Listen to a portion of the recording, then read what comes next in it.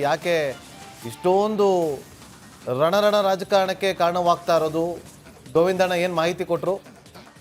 ಈಗ ಈ ಸ್ಟೋರಿಲಿ ನಾನು ನಾಗೇಂದ್ರ ಅಂತಲೇ ಹೇಳ್ಬೋದು. ಯಾವ ಕನ್ಫ್ಯೂಸ್ ಆಗಲ್ಲ ಅಲ್ವಾ ನಾಗೇಂದ್ರ? ಅಂದರೆ ಇದು ಗೋವಿಂದಣ್ಣರು ದಿಲ್ಲಿಗೆ ಹೋಗಿದ್ರಲ್ಲ ಲಾಸ್ಟ್ ಟೈಮ್, ಯಾವಾಗ ಈ ಕ್ಯಾಬಿನೆಟ್ ಪಟ್ಟಿ ಆಗಬೇಕಿದ್ರೆ ಅವಾಗ ಒಂದು ಸುದ್ದಿ ಬಂದಿತ್ತು. ಏನಂದರೆ ಸಿದ್ದರಾಮಯ್ಯವ್ರ ಪಟ್ಟಿಯಲ್ಲಿ ಬಸವರಾಜ ಶಿವಣ್ಣವರು ಅವ್ರ ಹೆಸರನ್ನ ಉತ್ತರ ಕರ್ನಾಟಕದ ಕುರುಬ್ರಿಬ್ರಿಗೆ ಕೊಡಬೇಕು ಸ್ಥಾನ ಅಂತೇಳಿ ಸೇರಿಸಿ ಬಂದಿದ್ರು. ಲಾಸ್ಟ್ ಮಿನಿಟ್ ಇಲ್ಲಿ ಪಟ್ಟಿ ಬಂದು ಇನ್ನೇನು ಪ್ರಮಾಣವಚನಕ್ಕೆ ಹೋಗ್ಬೇಕು ಅಂದಾಗ ಸಿದ್ದರಾಮಯ್ಯವ್ರಿಗೆ ಶಾಕಂತೆ ಗಾಯತ್ರಿ ಶಾಂತೇಗೌಡರ ಹೆಸರು ಬಂದ್ಬಿಟ್ಟಿದೆ. ಅದರಲ್ಲಿ ಬಸವರಾಜ ಶಿವಣ್ಣವ್ರ ಹೆಸರಿಲ್ಲ. ನೀವು ನೋಡಿದ್ರೆ ಇಬ್ಬರು ಕುರುಬ್ರೆ, ಅಂದರೆ ಸಮುದಾಯವಾರು, ಅವರು ಕುರುಬ್ರು ಇವರು ಕುರುಬ್ರು. ಆದರೆ ಸಿದ್ದರಾಮಯ್ಯವ್ರಿಗೆ ಆಶ್ಚರ್ಯ ಇದಂಗೆ ಬಂದ್ಬಿಡ್ತು ಅಂತೇಳಿ ಕಡೆಗೆ ಗಾಯತ್ರಿ ಶಾಂತೇಗೌಡರಿಗೆ ಫೋನ್ ಮಾಡಿ ಅವ್ರು ಪ್ರಮಾಣವಚನ ತಗೊಳ್ದಿದ್ದಂಗೆ ತಡೆದ್ರು. ಅಲ್ಲಿಗೆ ಒಂದು ಸ್ಥಾನ ಉಳಿತು. ಈಗ ಹೊರನೋಟಕ್ಕೆ ಕಾಣಿಸಿದ್ದೇನೋ ನಾಗೇಂದ್ರ, ಇಲ್ಲ ಗಾಯತ್ರಿ ಶಾಂತೇಗೌಡರಿಗೆ ಪ್ರಮಾಣವಚನ ಕೊಡಿಸ್ಬೇಕಿತ್ತು, ಅದನ್ನು ತಡೆದ್ರು. ಸೊ ಮಹಿಳೆಯರಿಗೆ ಒಂದು ಸ್ಥಾನ ಕೊಡಬೇಕಾದ್ ಬಾಕಿ ಇದೆ ಅಂತ. ಆದರೆ ಒಳನೋಟದಲ್ಲಿರೋದೇನು, ದಿಲ್ಲಿಯಲ್ಲಿ ಫೈನಲ್ ಆಗಿದ್ದೇನು ಅಂದರೆ ಬಸವರಾಜ ಶಿವಣ್ಣವ್ರು ಮಿನಿಸ್ಟರ್ ಆಗಬೇಕು ಅಂತೇಳಿ. ಈಗ ಸಿದ್ದರಾಮಯ್ಯನವರು ಅವತ್ತಿನ ದಿನ ಪ್ರಮಾಣವಚನ ಕಾರ್ಯಕ್ರಮಕ್ಕೂ ಹೋಗಿಲ್ಲ. ನಿನ್ನೆ ರಾತ್ರಿ ನಡೀತಲ್ಲ CLP ಮೀಟಿಂಗು, ಕಾಂಗ್ರೆಸ್ದು ಶಾಸಕಾಂಗ ಪಕ್ಷ ಸಭೆ, ಅಲ್ಲಿಗೂ ಹೋಗಿಲ್ಲ. ಅಲ್ಲಿಂದ ಇಲ್ಲಿವರೆಗೂ ಯಾಕೆ ಈ ಮೌನ, ಯಾಕೆ ಈ ಅಂತರ ಅಂದರೆ ಅದೊಂದು ಸ್ಥಾನ. ಆದರೆ DK ಬಣ್ಣ ಹೇಳ್ತಿರೋದೇನು, ಇಲ್ಲ ಅದು ಮಹಿಳೆಯರಿಗಿರುವಂಥ ಸ್ಥಾನ. ಒಬ್ಬರು ಮಹಿಳೆಯರಿಲ್ಲ ಇಡೀ ಸಂಪುಟದಲ್ಲಿ, ಒಬ್ಬರು ಮಹಿಳೆಯರಿಲ್ಲ ಅಂದರೆ ಹಾಗೆ ಇದೊಂದು ರೀತಿ ಶಕ್ತಿಹೀನ ಸಂಪುಟ ಆಗ್ಬಿಟ್ಟಿದೆ. ಶಕ್ತಿ ಯೋಜನೆಯನ್ನು ಕೊಟ್ಟಿದ್ದೀವಿ ನಾವು, ಆದರೆ ಸಂಪುಟದಲ್ಲಿ ಶಕ್ತಿಯೇ ಇಲ್ಲ ಅಂದರೆ ಹಾಗೆ ಅನ್ನೋ ಚರ್ಚೆ DK ಬಣ್ಣ ಮಾಡ್ತಾ ಇದೆ. ಸೊ ಹೆಸರುಗಳು ಭಾಳ ಇದೆ. ಈಗ ಲಕ್ಷ್ಮೀ ಹೆಬ್ಬಾಳ್ಕರ್ ಅವ್ರ ಹೆಸರು ಚರ್ಚೆಯಲ್ಲಿದೆ.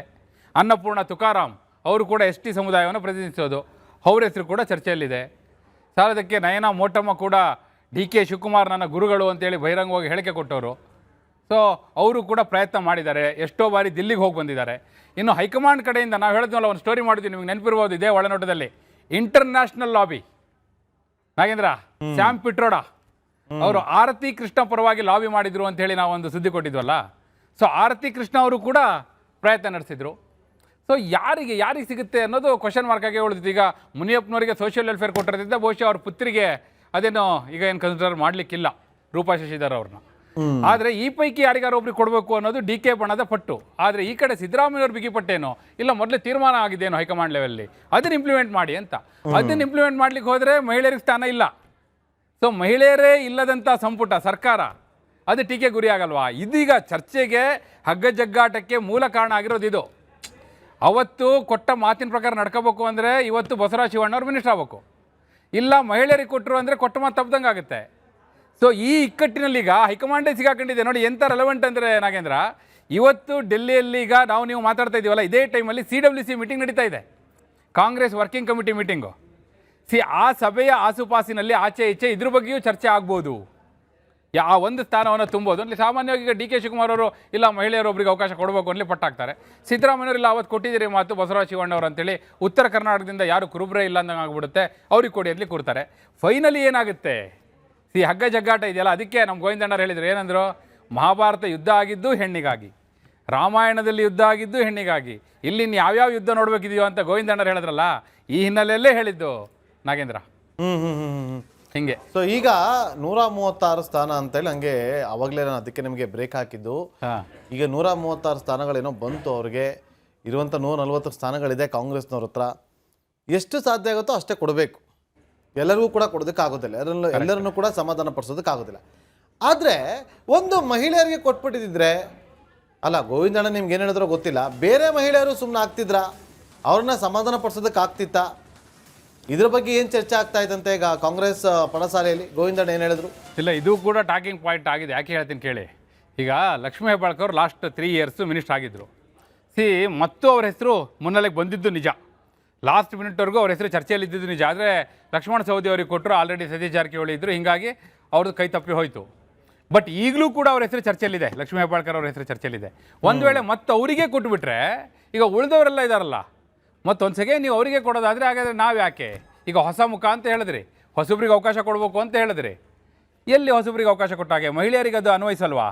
ಈಗ ರಾಹುಲ್ ಗಾಂಧಿಯವರೇ ಒಂದು ಮಾರ್ಗಸೂಚಿ ಮಾಡಿದ್ರು. ಫಸ್ಟ್ ಟೈಮ್ ಇವರು DK ಶಿವಕುಮಾರ್ ಅವರು ಮುಖ್ಯಮಂತ್ರಿ ಆದ ನಂತರ ಸಂಪುಟ ವಿಸ್ತರಣೆ ಮಾಡಬೇಕು ಅಂತ ಹೋಗಿ ಕೂತಾಗ ರಾಹುಲ್ ಗಾಂಧಿ ಅವರು ವಾಪಸ್ ಕಳಿಸಿದ್ದೇ ಇದೇ ಕಾರಣಕ್ಕೆ. ಈ ಹಿಂದೆ ಮಿನಿಸ್ಟರ್ ಆಗಿದ್ದವರೇ ಮತ್ತೆ ಮುಂದುವರಿಯೋದು ಬೇಡ, ಹೆಚ್ಚಿಗೆ ಸಾಧ್ಯವಾದಷ್ಟು ಹೊಸ ಮುಖಗಳಿಗೆ ಅವಕಾಶ ಕೊಡಿ ಅಂತ ಹೇಳಿ. ಬಟ್ ಈಗ ಅದೇ ಅಡ್ಡಿ ಆಯ್ತು ಇವ್ರಿಗೆ, ಯಾರಿಗೆ? ಲಕ್ಷ್ಮೀ ಹೆಬ್ಬಾಳ್ಕರ್ ಅವ್ರಿಗೆ. ಬಟ್ ಈಗಲೂ ಅವ್ರ ಹೆಸರಿದೆ, ಗೊತ್ತಿಲ್ಲ ಏನಾಗುತ್ತೋ.